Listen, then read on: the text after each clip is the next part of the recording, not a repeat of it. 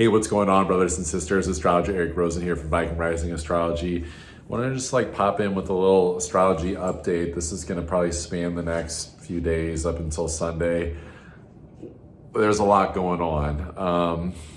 Depending on when you catch this recording, it might be right at the moment when Mercury and the Sun meet for the Mercury Cazimi in Sagittarius, square Saturn. It might be on the other side of it, but this is a big deal. We have also got Neptune going direct and Mars going retrograde. But before we get into that, I just want to remind everyone there's a few things. Number one, the free ebook that I did around transmuting grief into manifestation, I feel is a very, very important component of this astrology that we're stepping into through March of next year. I'm already seeing it. I've been seeing a lot of people doing it where they're starting to overhype manifestation. I channeled this months ago, probably about a month and a half ago, that facilitators, leaders, content creators, people just in general, marketing needed to shift from teaching and reminding us all that we need to be focused more on grief than law of attraction manifestation stuff. Because with Venus, the planet that rules manifestation, relationships, physical possessions, she's also the morning star. Lucifer has another name too, the fallen angel, right? That's one of them. But another one is the morning star. There is a dark side to manifestation. It doesn't matter what religion or belief system it is, including astrology. It shows that if you chase the material realm without having a spiritual connection to the divine, you will wind up in your own hell in a cell.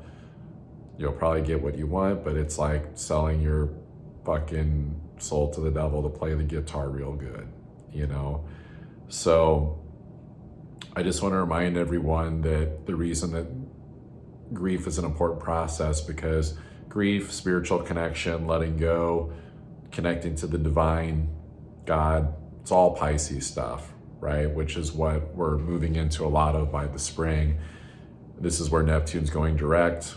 So, and this Neptune going direct knows that it's going to be meeting up with the North Node at some point. Like they're heading towards each other. Like this is a turn of the century type of thing from a zodiac standpoint, because you have that North Node that's been in Aries and the nodes go backwards. So it's going to be going to the end of the zodiac in Pisces. So it's ending energy, right? It's not a moving forward, ego, get what I want. It's a be with God, surrender, let go energy. It brings up the highest, most spiritual octave that you can reach for. So I highly recommend checking out that ebook. That what I'm detecting in the astrology is it's a path to manifestation. You're letting go and grieving to make space for what's divinely aligned for you in God's plan of manifestation, not the fucking law of attraction secret, jerk me off, don't come bullshit where you sometimes get what you want, sometimes you don't. And then we all walk around in shame, not discussing why the fuck it's not manifesting. It's because your aura attracts things, and if your aura is lodged with dirty energy of the past and grief and disappointment, nothing new can come in. So there's that. Then of course, I don't want to go too long-winded. Astrology readings, link down below. Destiny Tug of War, if you want to get into how to not play small 2025, big transitional year. That link for all 12 zodiac signs is down below. It's only $9.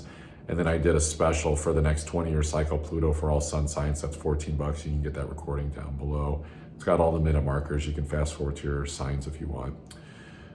So I've already mentioned Neptune, but I really want to start with the Sun, Mercury, Cazimi in Sagittarius. So even if they've passed, they've already met, there's still a moment here where you can capture it or let it slip. Very 8 Mile, right?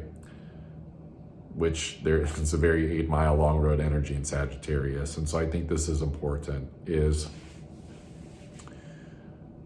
you can think back to like what was going on with your night, Thursday night, and really just, I'd say, pay attention, especially in the Friday morning.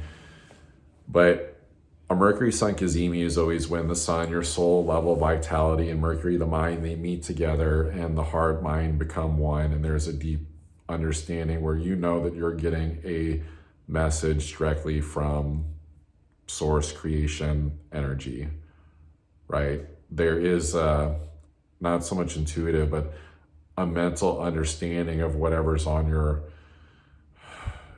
coming up for you at this time of these Mercury Cazimis that always happen when there is a Mercury retrograde every 88 days. You can take it to the bank. Now it's in Sagittarius, so it's big. It's a big deal. It's a big fucking deal.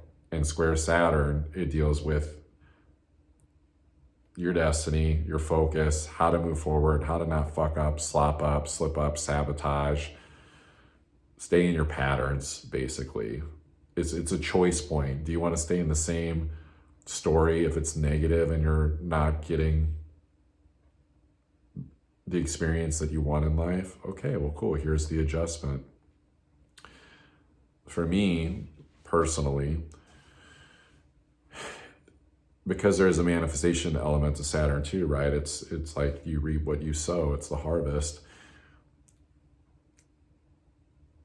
My aura, and this is for all of us, but it's our aura, right? That's put out by the solar plexus that attracts.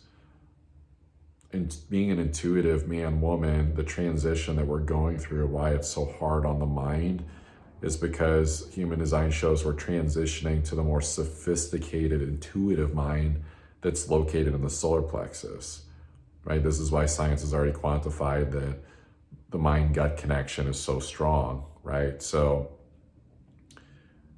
manifestation, creation, connection to the divine, wanting to have the great adventure, Sagittarius experience in life, the joy, the connection, all of it. What is in your aura that's being put off by your solar plexus? If you're feeling queasy, nauseous, your stomach doesn't feel good, you've got parasites, you're just not feeling like you have a strong abdomen, you're not feeling like there's a flow of energy,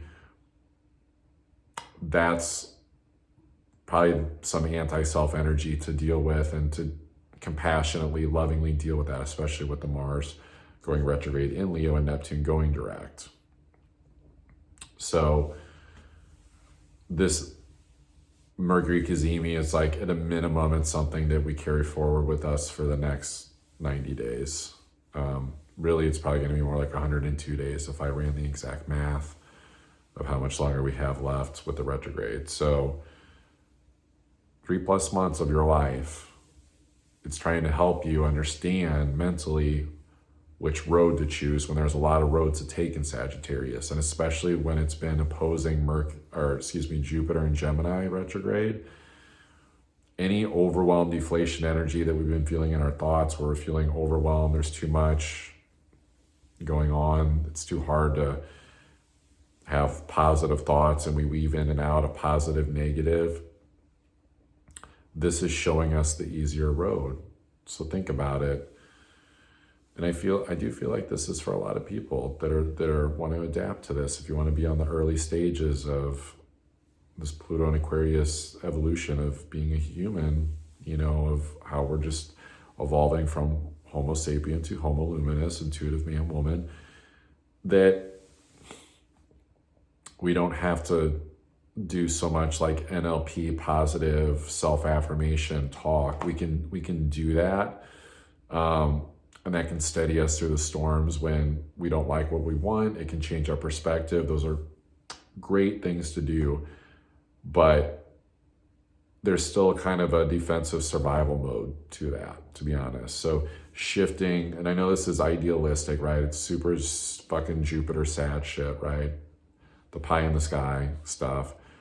But ideally shifting more to that intuitive solar plexus is going to create more of a flow in our reality, is the hypothesis. It's still early, right? It's still being tested. But we have to run hypothesis with this astrology, especially Pluto and Aquarius. Now, with that Neptune, about a day, well, let's go with Mars next. The Mars retrograde in Leo. I've already covered this a bit. You can check it out in the other video that I did preparing for the Mars retrograde. But now that we're here, that it's retrograde for the next 2.5 months, it's like December 6th to like February 22nd.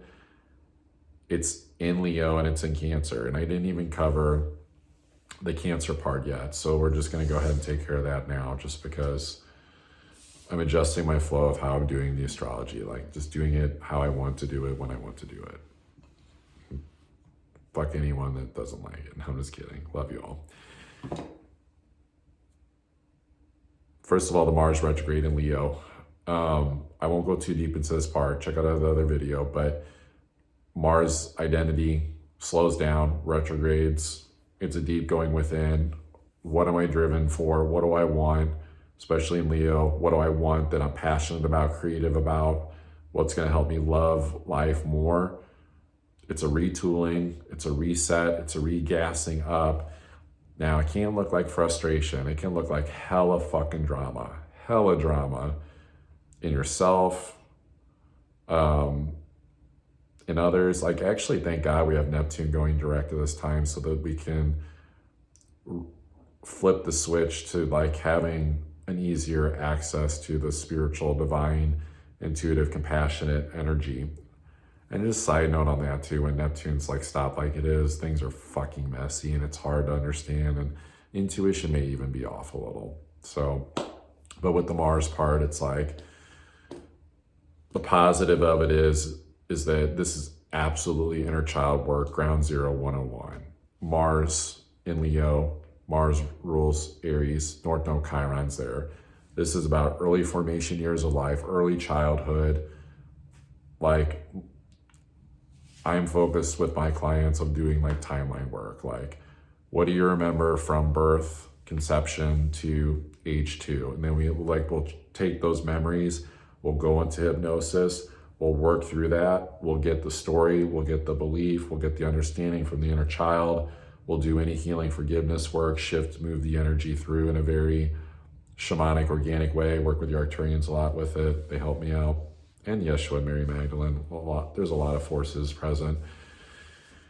And it's doing this so that the inner child feels heard, so that the frustration is not coming from that inner egoic self of the inner child, because they deserve their attention, right? Leo wants attention.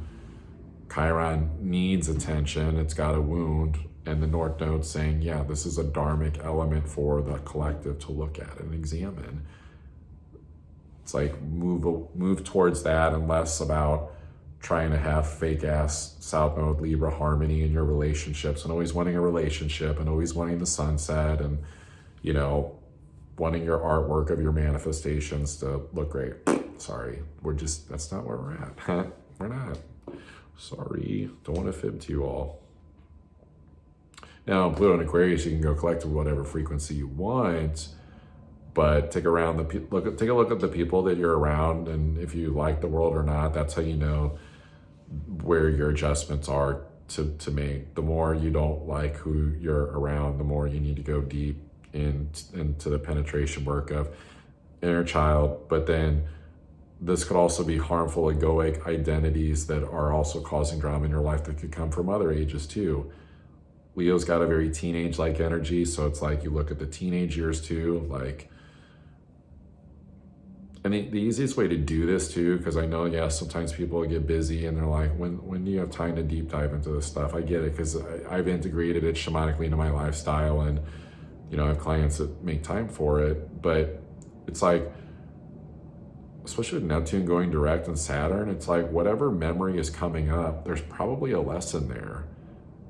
The timeline, the time frame of what you're meant to go to probably doesn't even need to be fucking forced with Mars retrograde in Leo. You probably just need to go, oh, I'm remembering this thing. Let me drop into meditation or do some journaling, or at least sit and probably merge both, and especially feel on your heart, Leo, like the compassion, open the crown, put the fucking media down, put the entertainment shit down, very like Pisces, Leo shit, or even trying to be the entertainment. Like, let me create this TikTok video. And it's like, if you're getting frustrated and you're doing it for, you know, some fake ass show business energy, well, what are you pulling?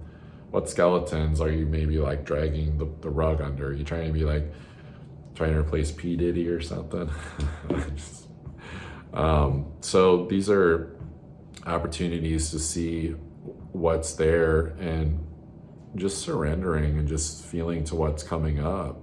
Just like basic spiritual, emotional highway, how you connect to your greater self, your oversoul 101. I just do it, and there's facilitators out there that just make that underground railroad escape easier out of your emotional jail to pursue true desire. And that's what I really feel this entire, there's almost like a built-in legacy event for me, for others that are willing to go first with Pluto and Aquarius, being those way showers, those innovators, breaking the old paradigms. This is really good astrology for be the leader, healer, do the work, showcase it, help others do it, help them escape, help us all ascend. This is the path. Like, when you look at the inner childlike energy too, of like what this brings up, this is a deep look at also our value systems as a collective, to go, how fucking out of whack are we? Like, I know as adults we have issues, we have problems, we have traumas, we have goals, we have a sense of determination towards purpose. But I'm going to argue that if our value system, like top 1, 2, doesn't include an affinity for the understanding of the impact on the younger generations of the choices that we're making, the thoughts, the beliefs that we're playing out, the dramas that we're playing out, the arguments, especially in front of them. Like, if you're doing that, like, it reminds me of like War Machine and like fucking Avengers, like Thanos. Like, Thanos is a motherfucker. Can you just go back and strangle him when he's a baby? And it's like, I hope you're not that person. I hope you're not that Thanos energy where you're literally looking at your life where you feel like it's too much, too desolate, and that you need to annihilate and go to war with Mars retrograde in Leo and hurt others, especially kids, during this time. Is that astrology? Because you should be put in timeout. If not, this is an opportunity for all of us to go, are we really thinking longer term? The future, Pluto and Aquarius, right? This Pluto and Aquarius is going to oppose Mars during this retrograde in Leo. It's a big fucking deal. It's going to be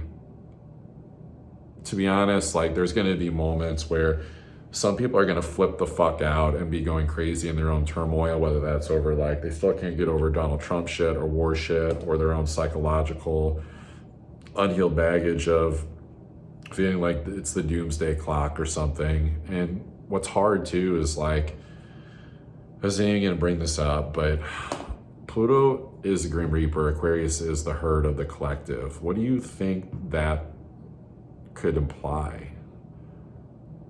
Where it's like, what does Pluto do? It destroys, it puts a death and a rebirth to things. What did it do in Capricorn? It came in and it fucked with a lot of structures and exposed a lot. What is that going to do with humans? Is it going to expose our human corruption, the origins of us? Yeah, but also with Saturn approaching the end of Pisces, like too, and the restart energy that will be Neptune and Saturn in Aries at 0 degrees starting next year and into 2026, it's like, well, during that Saturn square Uranus in 2021, a lot of people ran a fucking crazy experiment that everyone thought was healthy, and it's not going well. So, you know, Mars retrograde in Leo can bring up heart issues. And that can come from a variety of places, but it's more so over, do you know your sense of pointedness of your passion in life? And it's okay if you're not sure or if you're hesitant during this time.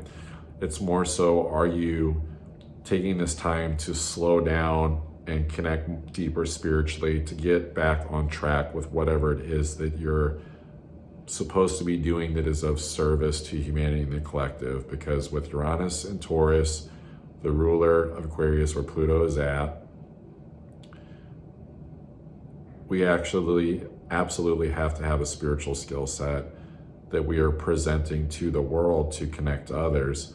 Now, that can be difficult to measure. Uranus, it's hard in Taurus. It's hard to put on a resume.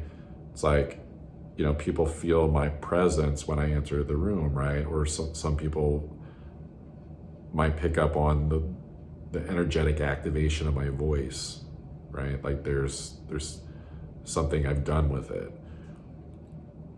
Now, turning that directly into something like currency based, you know, like that's the experimentation process of Uranus and Taurus, right? But this is where we had to find a creative outlet during this Mars retrograde in Leo to see that we do this to make sure that we're expressing energy, and that we may not know where the fuck it's going, but that can be exciting, and it can lead to the promised land of God's providence of like, cool, Eureka, you got it. You figured it out. There was nowhere to get to. It's just the embodiment of your greatest frequency that you could reach, and also the grace even when you stumble and you're not in your greatest alignment, and seeing that even as we oscillate, we can always help others along the way, especially if we're willing to be human and vulnerable with North Node, Chiron in Aries, and the Mars retrograde in Leo, versus trying to hog the stage and everyone on social media with this shit trying to be like, you know,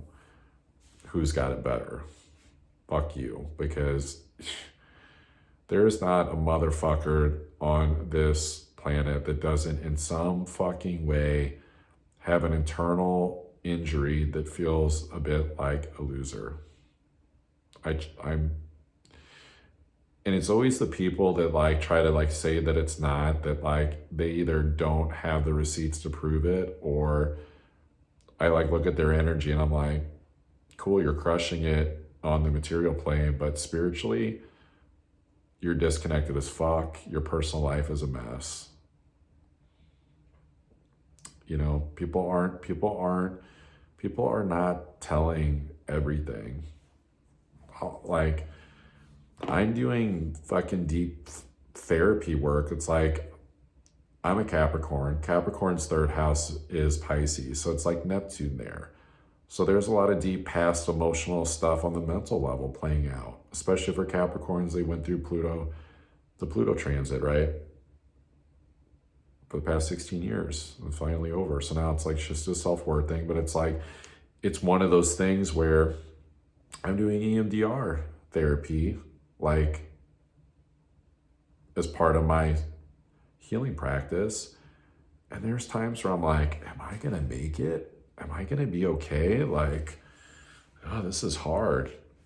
So Pluto and Aquarius, there's a long road ahead. It's a lot to take on. Mars has been so slow for a while, and now it's retrograde. And so we're in a point where we're looking at this as, can we keep going forward? Well, we have to find courage.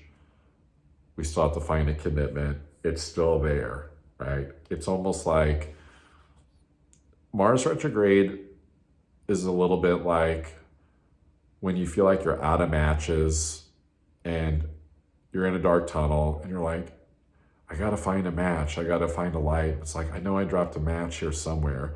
You have to like be okay with feeling around a little bit in the dark to find the match and strike it.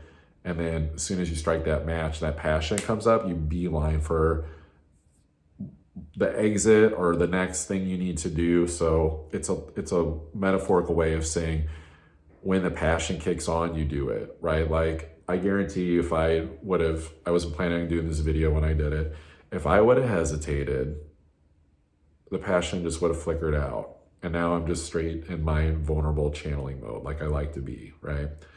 So now, less than a day after Neptune going direct, it can be a bit of a wake-up call. Like, oh, the numbness of the drugs, of the unconvincing facts of reality, and kind of like staying in nostalgia or purgatory emotionally, spiritually, just kind of like not knowing what to do. Thank God that's over, because that's a tough moment. It can be beautiful, you know, like it can be really good for our meditations and connecting through the veil of spirit. I've been seeing a lot of deep spiritual connections. But in terms of the moving forward, it's nice because it's like the psychic antenna can be more alert. It's just, there's just an easier flow of insight. At least that's what I'm fucking calling it. And that's what I'm using it for. And seeing that, yeah, you know, like Neptune does have that dreamy, we want to feel, you know, like we're the dream maker, and like we're being seen as like that mythical figure. Life feels that way, like being an actor and actress, you know, just as an example, like the idealistic nature, because Jupiter is the original ruler of Pisces too. Obviously Hollywood's a fucked up place, right? I'm just using that as an example. I'm not glorifying it, but we can have that, but that's more of like spiritual archetypes and flows, a way of like our own movie projector subconsciously of our life that uses universal symbolism to teach lessons, especially with Saturn there. So I just don't want everyone to like get their hopes up, you know, that everything's going to be the biggest thing. I was even checking out a little bit. There's a cool offer that he goes by the name Dylan Earth, great human design expert, was talking about the transition of, we're going from the year of the Chinese dragon to the snake at the end of January. And so we're starting this transition, I think here shortly, or it's already started. Like, we can stack wins, but it's like minute wins, right? It's like very just like, you know, that was a win, that was a win, that was a win. And then eventually you look back 6 months and you're like, wow, I'm really glad I had that momentum behind me. And I was very reverent spiritually and appreciated my life and did the basic gratitude stuff and was of service to others and kind to others. Basically practice all 12 laws of the universe. You know, I put a post up about that today, about kind of like the counterbalance, the obsession with manifestation, law of attraction. It's like there's 11 other fucking laws. There's 12 total. Like, you can't be a really well-rounded spiritual human being if you don't dabble in all of them. Like, you'll miss the point. I know some of that's maybe a projection or an echo chamber, but it's like, I'm just being real with, when that Nord node comes into Pisces, we'll understand. Like, we're gonna see what it means really to be spiritual. We're gonna see the honest calling to it, and then we'll have to make sure we're not falling into that karma. South node in Virgo starts January 11th, where we're getting trapped in the minutia of reality. So that's really the main update. It's a lot moving. I will just say, and I'll cover this in more detail as we get closer, but the Mars retrograde, when it goes back into Cancer, because it's going to retrograde, go backwards, leave Leo, go back into Cancer, that's going to be a doozy too, because Mars is at fall in Cancer. It sloshes around in its emotions. It's trying to feel, right? It knows that it needs some level of self-care, but it wants to get shit done. It wants to go places, but it can feel like the only place to go is around your house, your private life, and you got all this energy, and it's like, it can feel like an animal in a cage, especially retrograde. So on a practical front, number one, I need to do this too. I would encourage everyone to use any energy or passion when that hits. And I wish I knew the date offhand. I didn't look before the video, but it's basically like,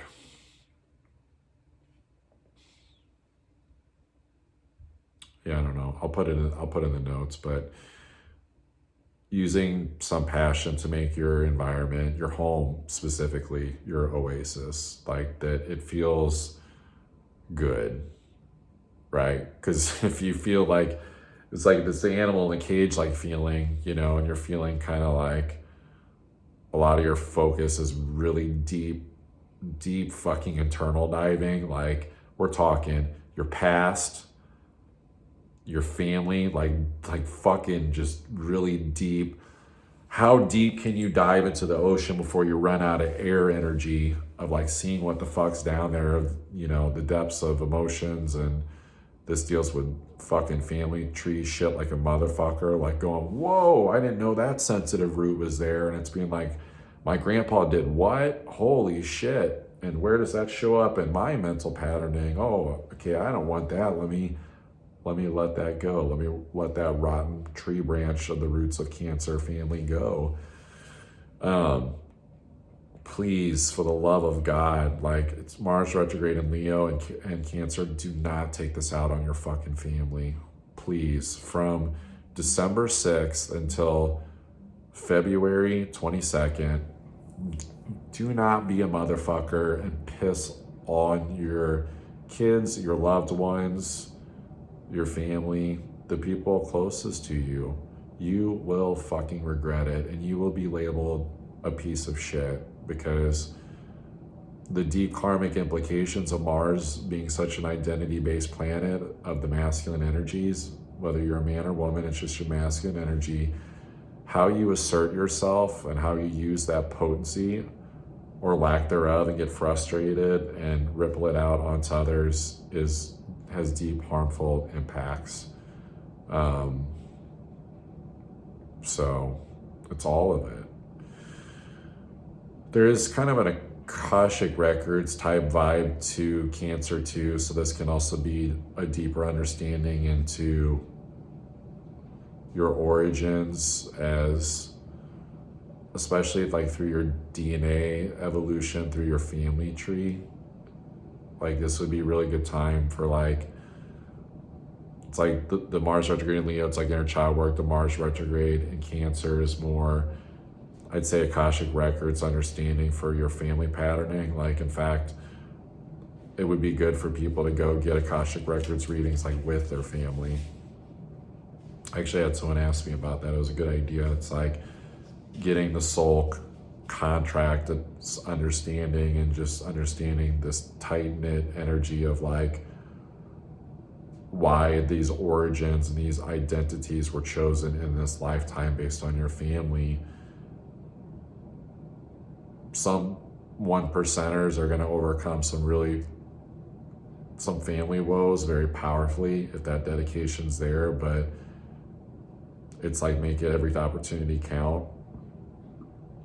Mars has this competitive nature, so it wants to, like, you know, grab hold of its convictions to move forward. And so this is grabbing onto the tree branches and almost like going to the center of the earth a little bit, and a journey to the center of the earth. And it's hard because it may not have the same like humorous attitude that we would like it to have, because all the Sag energy will be over by the time we get to this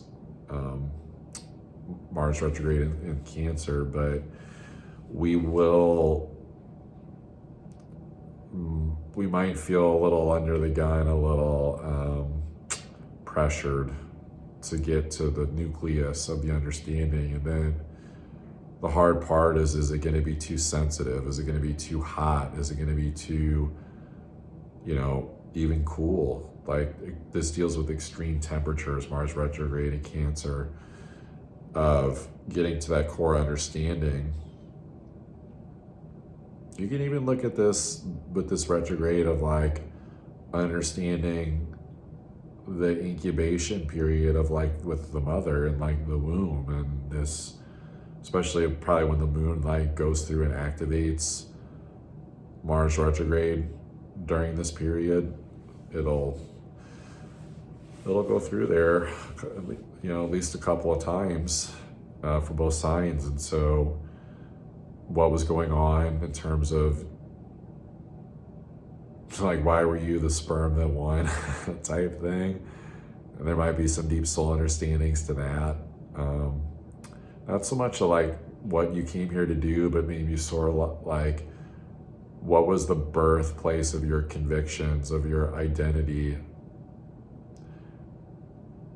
at an emotional and spiritual, but also courageous, I'm here to like make waves mode. And I think this is actually good energy, having a Mars retrograde to start off the Pluto and Aquarius transit, because There can be a standoffishness with Pluto and Aquarius that is very like hidden underneath the surface that people aren't sensing or speaking to all the time. But Mars retrograde in Leo and in Cancer is nice because it's like, well, at least we can find out more about like our courageous leadership as like that king queen energy of our conviction of what we want going forward. That way that there can be some warmth in that conviction of like what is our domain, where is the creative passion wanting to go, and that we can carry that karmic energy forward in a good way into those more social connections and out in the world, because we use this energy to become so rooted in the conviction of what we want that's still very spiritually based. Some people will use it for ego as fuck. I'm not gonna lie, it sucks, but it is what it is. They'll learn their lessons one way or the other. But to not struggle to fit in. This is an opportunity. I'll say that again. This is an opportunity, this Mars retrograde in Leo, to not struggle to fit in with Pluto in Aquarius, because the worst thing about Pluto in Aquarius is the deep, gripping fear of being too standout-ish, too rebellious, that you're going to get like killed because you're not normal, and that you're too unique, you're too different. It's also the pussy fear of like only updating the software of your psychology of innovation, of being trendy and unique to fit into another group that's being unique and trendy. It'd be like if all your friends were like cowboys or whatever, and then the cool kids, the cool people are like, we're gonna be goth now, and you're like, you'll change into goth clothes immediately, and it's like, you know, it's very social conditioning of like what's cool, like what's hip, you know, and it's very seductive, you know, it's a place to belong, right? But I feel like if Mr. Rogers were here, you would have some words of wisdom, you know, about like being special and the uniqueness of you, but in like a healthy, grounded, masculine way, because of the masculine energy of Mars. I feel like that retrograde in Leo is important, and then by the time it gets to Cancer, we'll be in a space where we're able to nourish any deep identification like wounds, and figuring out, this is because it's also what direction do you want to go with your family life. This could be like all of a sudden people just wanting to like move their entire life, their home somewhere, like moving. Some will be out of frustration. Like I could see people, you know, like a mass exodus of people out in like Washington, D.C. or something, you know, or New York, or just something where people are just like, they're fed the fuck up. And the challenge is going to be, is the clarity, the direction going to be there until the retrograde's over at the end of February, the 22nd, to know what direction there is to go next. So it's like, there's a lot of hesitation, but in a good way, patience, that we don't like pull the trigger too soon, right? Like it happened in the Mars pre-shadow right before it went retrograde. But do you think that guy that shot the CEO of United Healthcare, do you think he's gonna feel good by the end of this fucking Mars retrograde about pulling the trigger? You know, this is where we have to look at and examine, like, can you live with, can you be comfortable with it eventually going into Cancer? Can you, and in Leo, can you live with, and then can you be comfortable with pulling the trigger out of your fucking ego that's probably wounded? It probably doesn't even make sense, honestly.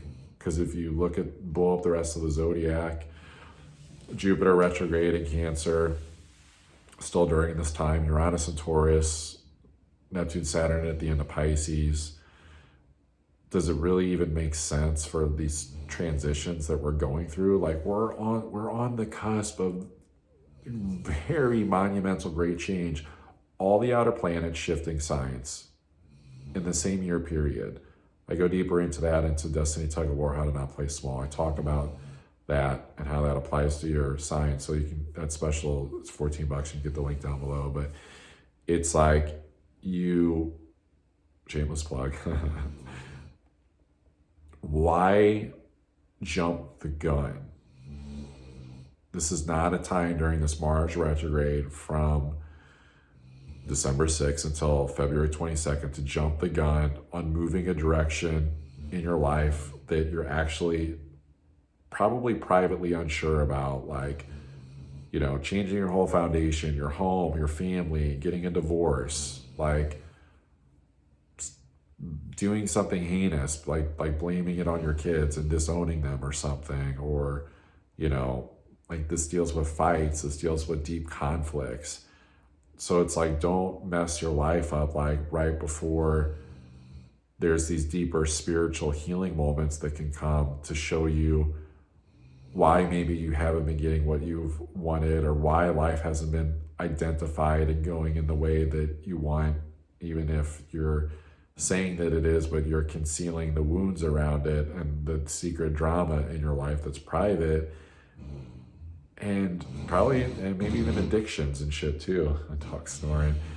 And maybe sleeping too much, you know, sleeping and numbing out. But it's like, before that happens, and we go into these monumental shifts in 2025, it's like, why pull the trigger on your life when you're not even sure which direction you're aiming? Like, you know, are you playing Russian roulette with yourself, with others? Like, what if you need that bullet to blast off into the conviction of, like, if shit actually does hit the fan in your life in 2025 and 2026, that you're really glad that you actually used this opposition of Mars to Pluto during this retrograde to get solid in what you need for the fuel of your life, just to live it out with not just survival, but conviction and passion. Not to paint a negative picture, but, you know, there might be some people that are suffering during this time and feel like